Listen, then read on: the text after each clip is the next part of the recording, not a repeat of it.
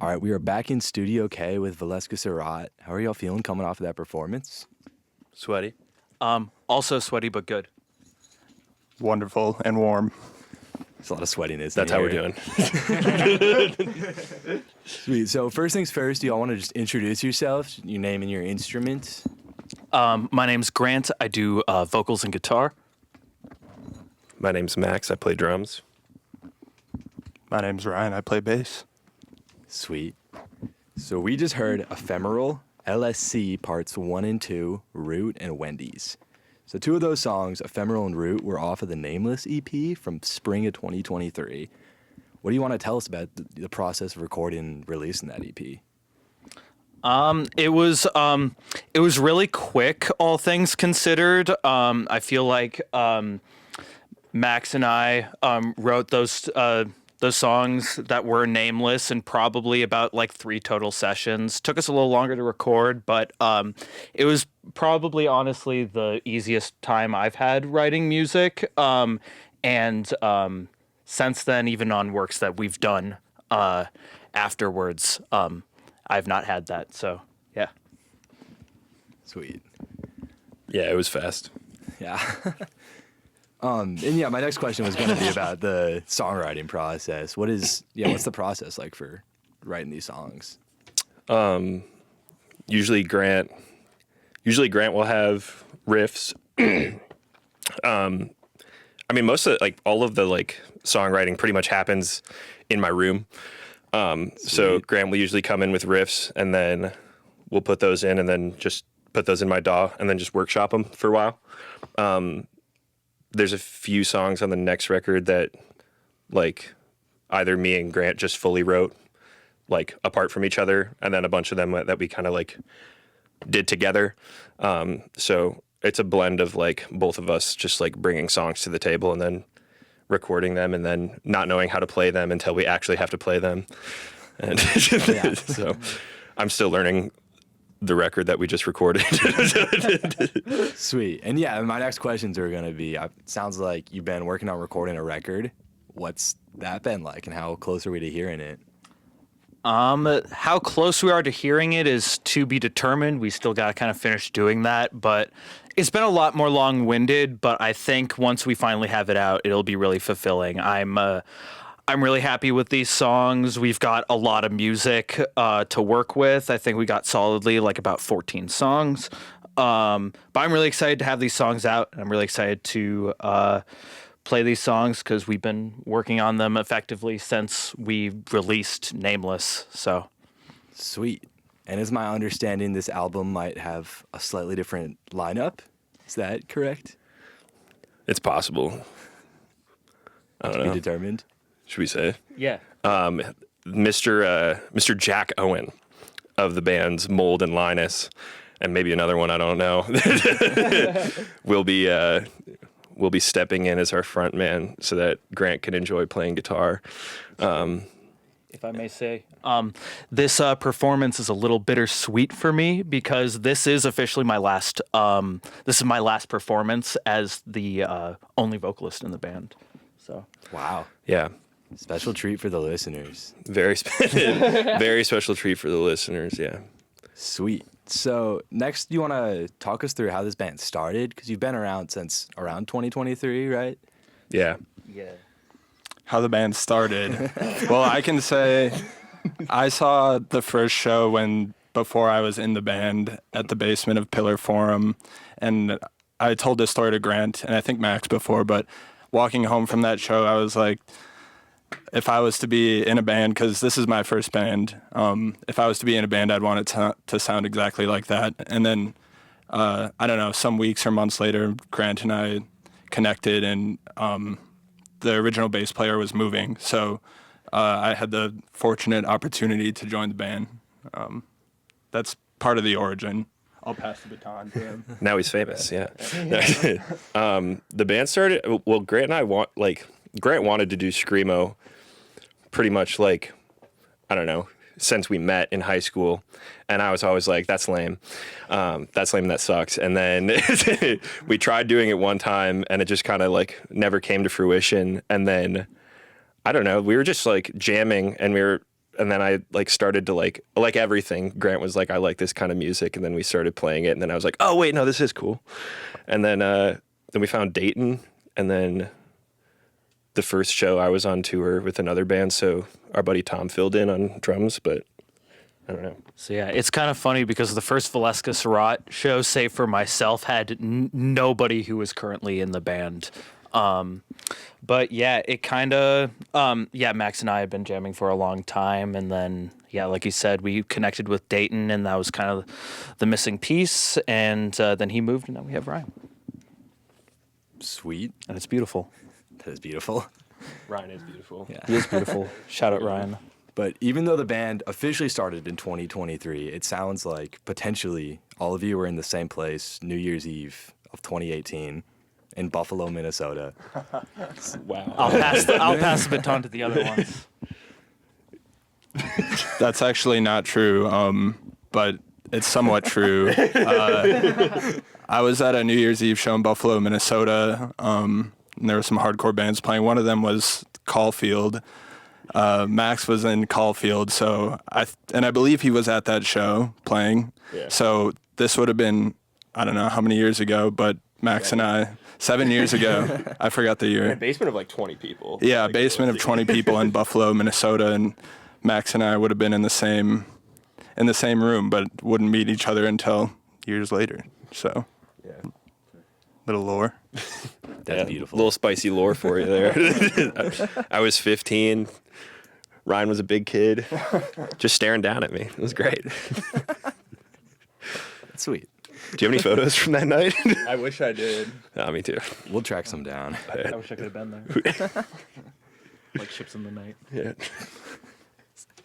All right, so in July of 2023, you played your first out-of-state show in Denver.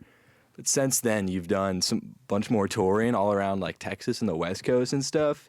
What can you tell me about that? What has that been like, just toying around and making relationships with bands around the country? It's been really cool. We did that tour with our good friends in the band Mold, and that was a really cool experience because I think that that strengthened our friendship with those people. And we met a lot of people through that tour, and I got to meet a lot of online friends that I've had through just like kind of like the post-hardcore screamo community for a while. And that was I know Max had toured before, but that was Ryan and I's first experience touring, and it's personally got me hooked on it, and I would like to do it a lot more. Yeah, I'll add to that. It was, like Grant said, it was my first experience touring. Very eye-opening and I guess life-changing, also extremely exhausting and rewarding at the same time. I'd love to get out there and do it again. For sure. And then taking it back even before 2018, I'm curious how you all first individually started getting into music. Like, what were some of the first bands and artists you really loved, and when did you start picking up your instrument? I didn't really pick up the bass until I joined this band. But as far as my musical interests go, they probably started maybe when I was like 13 is probably when I first started actually caring. And that would have been bands like Korn, which I still stand by to this day. Awesome. Benjamin. Yeah, Breaking Benjamin, Seether, all that stuff. And then I kind of got into Warped Tour music and kind of a natural pipeline since then, I guess. Started going to like local shows in maybe 2017, 18, and it's been downhill since. So that's kind of my origin. Dope. Yeah, I first found Dave Matthews Band when I was 4.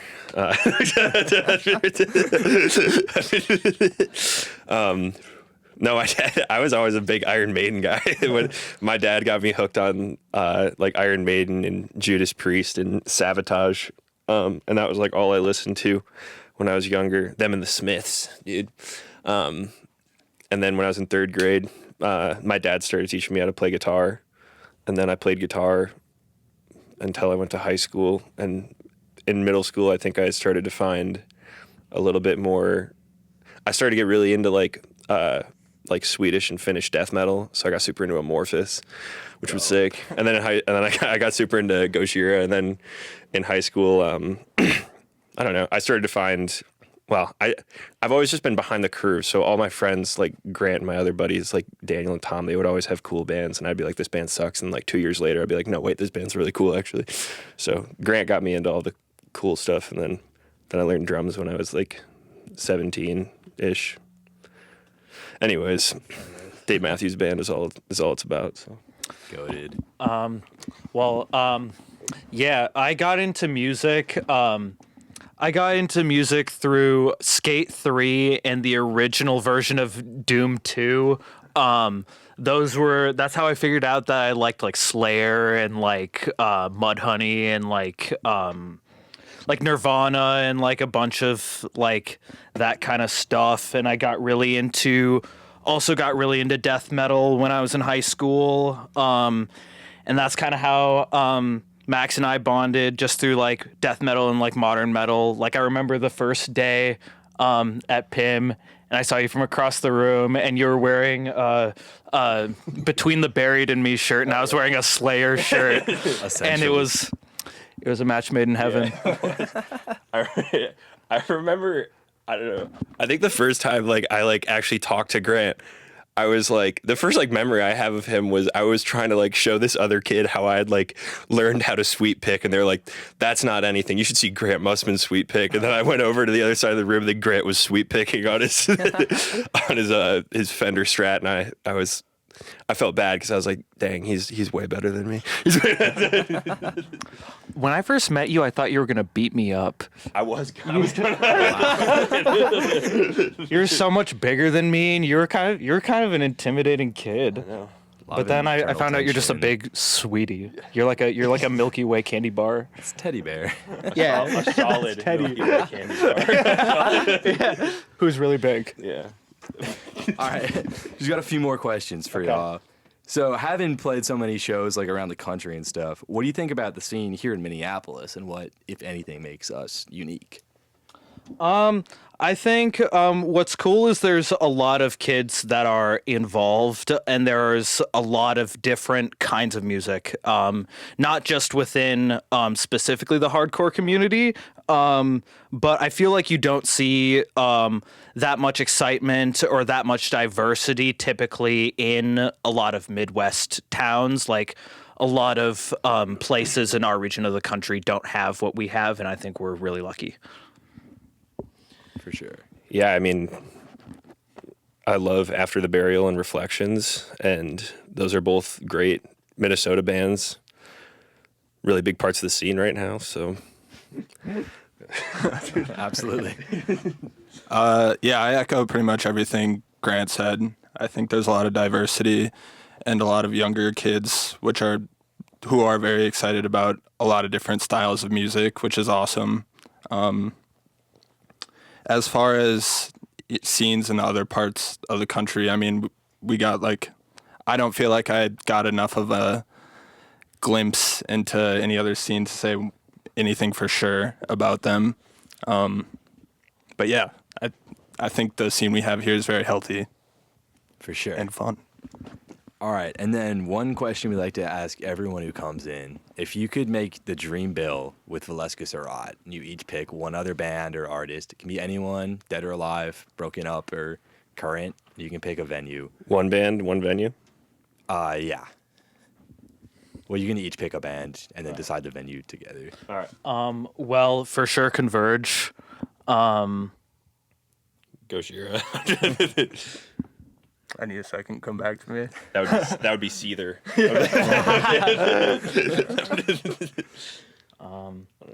I feel like First Ave, like main room would be fun to play. That would be a lot of fun. That place sounds good. It sounds so good.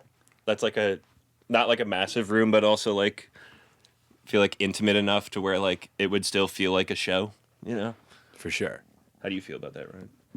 First Ave is really awesome. I don't know if that would be my first pick, but What would be your first pick, Ryan?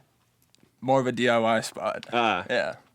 I think I'll just say, just because, I don't know, I feel like we all mutually agree on them. I think Jerome's Dream is another band that I think we collectively would all love to play play with on a dream bill. As for where, I don't really care. Okay. In a basement in Buffalo, I believe.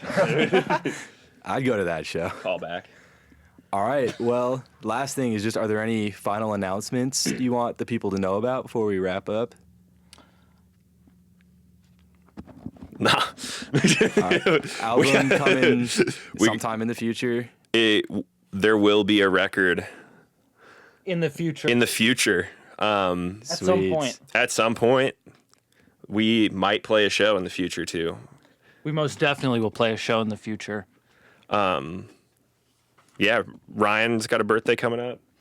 I don't have a birthday coming up. Happy Well, birthday, Ryan. Happy birthday, early Ryan. Birthday, yeah. It's Great. my unbirthday. It's his unbirthday. Sweet. I'm the only one clapping.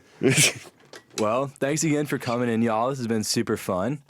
Thanks, Charlie. Thank you. Thank you, Charlie. Thank You're you, listening Miriam. to Valeska Suratt on Radio K. Thanks, Real Charlie. College Radio.